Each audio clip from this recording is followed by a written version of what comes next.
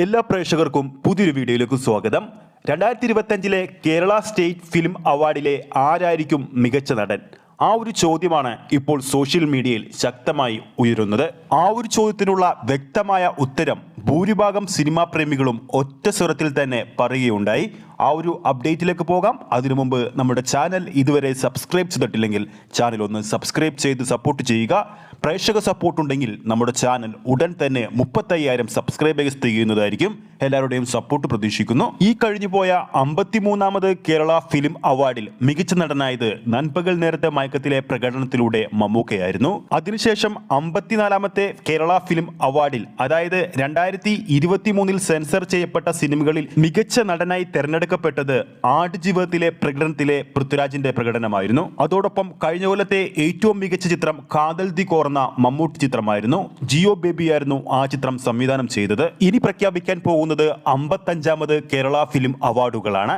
2024 sensor ചെയ്ത സിനിമകളാണ് അവിടെ പരിഗണിക്കുന്നത്. സംസ്ഥാന അവാർഡുകൾ പ്രഖ്യാപിക്കാൻ ഒരുങ്ങുമ്പോൾ ഈ കൊല്ലം മികച്ച നടനാകാനുള്ള വ്യക്തിക്ക് ശക്തമായ വെല്ലുവിളികൾ ഉയർത്തുന്ന എതിരാളികൾ ഒന്നുമില്ലെന്ന് തന്നെ നമുക്ക് വ്യക്തമായി പറയാൻ സാധിക്കും.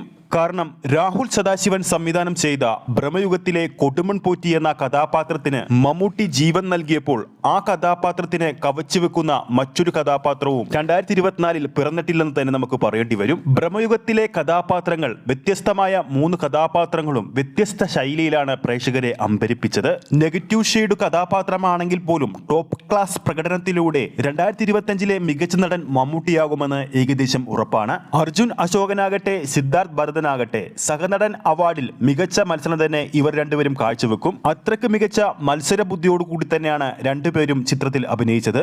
അതിനുമപ്പുറം ഈ ഒരു ചിത്രം പല അവാർഡുകളും വാരിക്കൂട്ടുമെന്ന് നമുക്ക് ഉറപ്പു തന്നെയാണ്. 2024 ജനുവരി 1 മുതൽ ഡിസംബർ 31 വരെ സെൻസർ ചെയ്ത സിനിമകളെയാണ് 55ാമത് സംസ്ഥാന ചലച്ചിത്ര അവാർഡിൽ പരിഗണിക്കുന്നത്.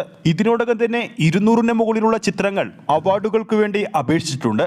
അപ്പോൾ നമ്മുടെ വീഡിയോ കാണുന്ന പ്രേക്ഷകരുടെ അഭിപ്രായത്തിൽ 2025 മികച്ച ചിത്രം ഏതാണ്, മികച്ച നടൻ ആരാകും എന്ന് താഴെ കമന്റ് ചെയ്യാവുന്നതാണ്.